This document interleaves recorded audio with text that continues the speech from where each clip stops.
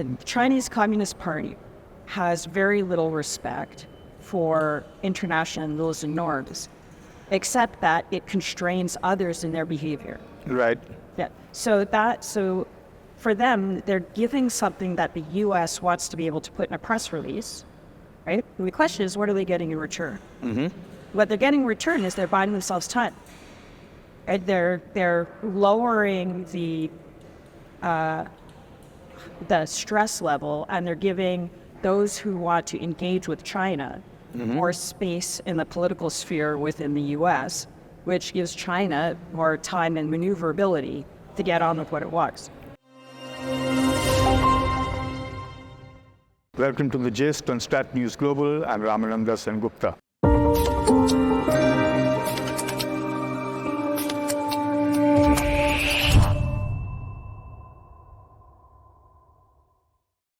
Our special guest today is Cleo Paskal, a senior fellow for the Indo-Pacific at the Foundation for Defense of Democracies. But as I was telling you some time ago, that description doesn't really do her justice, because she's also an expert on counterterrorism. She's also a journalist who's helmed shows for the BBC and other major houses. But thank you so much for joining us. I really appreciate your taking time out from this conference for us. Oh no, it's a great pleasure, and your work personally has been very important for a long time and courageous. And as a journalist to journalist, I know it's challenging times, and I often turn to Indian media to learn what's actually going on geopolitically. So I thank you and the channel for continuing to ask the tough questions. Before we start talking about the Indo-Pacific, which is your one of your areas of expertise, let's talk about something that happened just a couple of days ago, which is this Xi-Biden meeting. Yeah. What is your takeaway from that? So they're looking at it from the U.S. side and then looking at it from the Chinese side. Okay? So from the U.S. side, the signals are we want normalization, right? I don't think you could have a normal relationship with China. So essentially what they want is a checklist of things that make it look like the relationship with China is a relationship with a normal country. So military to military phone calls, things like that. But if you look at the history of those phone calls, they used to have them. And for 20 years, you'd have Navy meeting, U.S. Navy meeting the Chinese Navy, that sort of thing. But all that happened was the Chinese learned how the U.S. operated. There was very one-way flow of information. The systems are completely different. And I'm not sure there was an internalization of how different it was, and how during that phase, essentially, it was an information gathering operation for the Chinese side. So yes, it's great to have the phone calls, but their system is totally different. And anything that's going to be decided will be decided from the top. So that call between Xi and Biden, right, that might be important. But the Chinese are going to do what the Chinese are going to do anyway. Right? They're not going to call the U.S. if they think they have a problem. They're going to do what they're going to do, whereas the U.S. might call China, which might give them time to do something get ready for it. Yeah. But it's, it checks that box of saying, okay, this is how. For both sides? I think that, the Chinese Communist Party has very little respect for international rules and norms, except that it constrains others in their behavior. Right. Yeah. So for them, they're giving something that the U.S. wants to be able to put in a press release, right? And the question is, what are they getting in return? What they're getting in return is they're buying themselves time. Right? They're lowering the stress level, and they're giving those who want to engage with China more space in the political sphere within the U.S., which gives China more time and maneuverability to get on with what it wants. But the other thing that was from the U.S. side, again looking at the U.S. side, that was actually the most important thing I would think for the Chinese, is that meeting that she had with the hundreds of business leaders. If China was a state within the U.S., where you have, so you had a state in the U.S. that steals intellectual property, that has no transparency, where you can't 100% own your companies. Nobody would invest there, right? I mean, it's you don't have control over your investment in China. What tends to happen is the top guys might make a lot of money, but the companies as a whole eventually get, as the former DNI Radcliffe in the U.S. said, robbed, replicated, and then replaced, right? I mean, that's definitely the trend line. But there's this incredible intoxication, at the top level among the people that you saw at that dinner, with thinking that somehow this is a normal market. In the same way, it's not a normal country, it's not a normal market. But they're, as we know, economically in dire straits. And so by pulling off this magic trick of creating this illusion that it's a normal market and getting those hundreds of people to pump money into the Chinese economy, which is by nature dual-use economy because of military civil fusions. Right. That one dinner undermines anything that would happen during that Xi-5 meeting. Which brings me to the second thing. You said that buys China some time. Time for what? China overtly says it wants to be number one in the world in terms of comprehensive national power. That's a relative metric. Mm-hmm. So that means that for one country to be number one, usually we think of that as doing better than the other countries. But the other way you can be number one is by knocking the other country down. Right. Right? So whether it's China getting better because of intellectual property theft and capture of markets, military dominance, that's one thing, or undermining the other countries through things like pumping fentanyl into their societies to destroy them from the inside, or taking over the governance in a place. I mean, the case that's very clear is like the Solomon Islands, where they corrupt the governance, they destroy democracy, and they create a vassal state. That's another option. So so what does it buy it time to do? It buys it time to do what an consolidate all that. Communist system does, Mm-hmm. which is metastasize. Right. You mentioned fentanyl. There's also been an agreement on, checking drug abuse or some stuff. Yeah. Will that go far? Well, so she said the same thing to Trump in, I think, 2019, right? Mm-hmm. So, the fentanyl is, I would argue, a chemical warfare operation against the U.S. It killed 70,000 Americans last year, most of them military age, between 18 and sort of 40, 49. For every one person it kills, obviously there are many more that are addicted. And for every one who dies or is addicted, that's a whole family that's destroyed, right? If you have addiction in your family, then you know what that does. The entire family takes a hit. Yeah. And so you have entire communities across the United States that are devastated. And that's actually the second phase, because the first phase was the deindustrialization of the U.S. So you have towns that used to be manufacturing towns, working class, middle class, hardworking towns. First, the factories get shipped to China, and then the drugs get pumped into the communities, and they get just destroyed. It's if you drive through many parts of America now, or many parts of big cities in America, it's like a war has passed through. Mm-hmm. You see buildings that are crumbling and people on the streets, things like that. And I would argue that's not accidental. That's part of this comprehensive national power strategy, using unrestricted warfare like the Chinese do. I mean, they invented that thing, I think. Yeah. And it's public. It was based on that book written in 1999 by two PLA Air Force colonels. Like this is and one of the 24 warfares that they describe is drugs warfare. So, and again, that has two elements. One is you pump in the fentanyl, but the other is you take control over the pharmaceutical sector. So, which we all woke up to during COVID. Suddenly, where you're seeing even the Indian pharmaceutical sector was reliant on the Chinese. That's right. Primary ingredients. That's right. Coming to the Indo-Pacific, why do you think the countries immediately, near neighbors of China in the Southeast Asian region. Why are they not ganging up like the Philippines has recently done? Why are they not able to come together and sort of put up a common thing against China? Are they too small militarily, or is it just overwhelming force or power, or what is it? So, some of the bravest leaders actually are coming from some of the smallest countries. Mm-hmm. So you see, for example, former President David Panuelo from the Federated States of Micronesia, Right.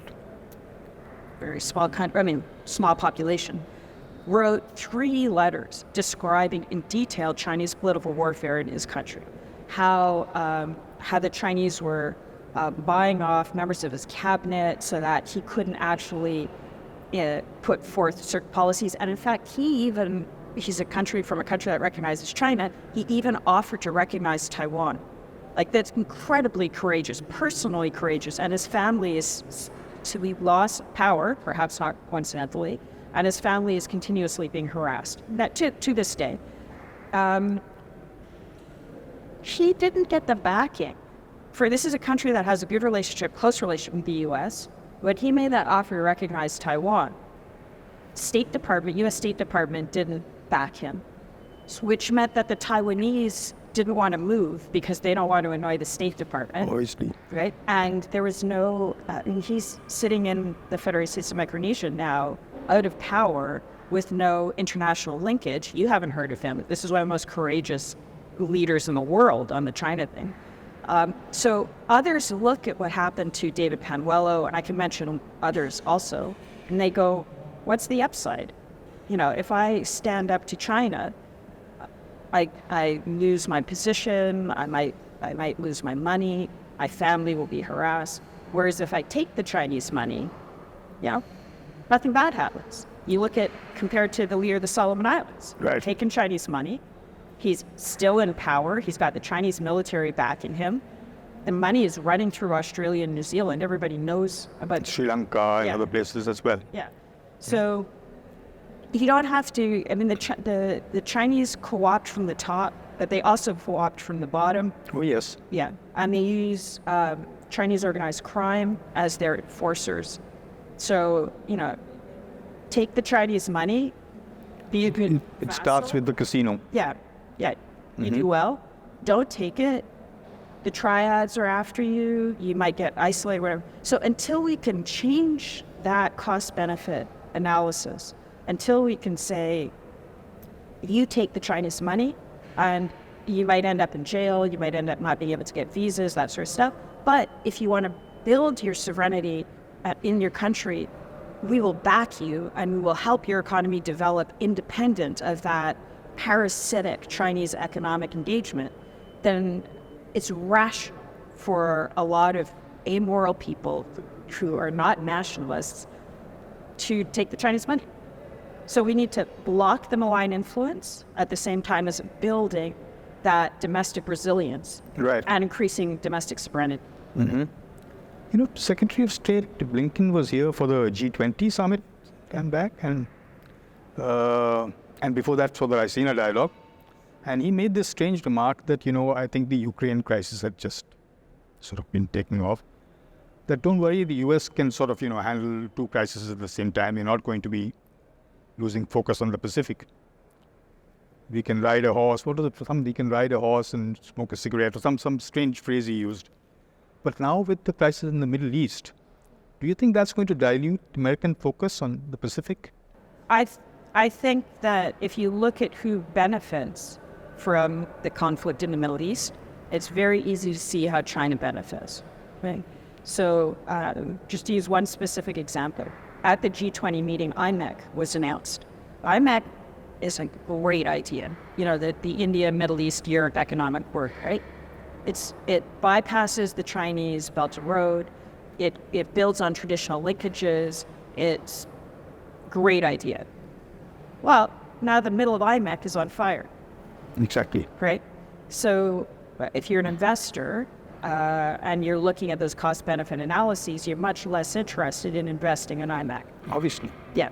So there are other, look at what's happened with the Qatar situation with the Indian former naval officers, right? Oh, yes. Yes. So what does that do? That makes Indians kind of less willing to go work in those locations, and it makes employers in those locations maybe less willing to hire Indians. The charges are, we don't really know what the charges are, right? Right.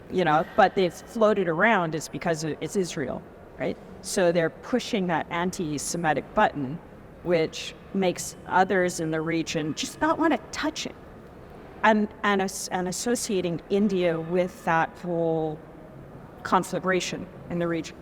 So when you start looking at what's happening in the Middle East, not just the conflict, but around the narrative of India, then it's very easy to see the many ways that China is benefiting from it.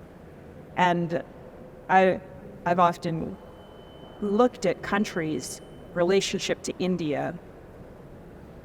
What you can see is if a country is very concerned about China, they understand how important India is, right? Mm-hmm. If they're less concerned about China, then they're more willing to create problems with their relationship with India. Mm-hmm. Okay?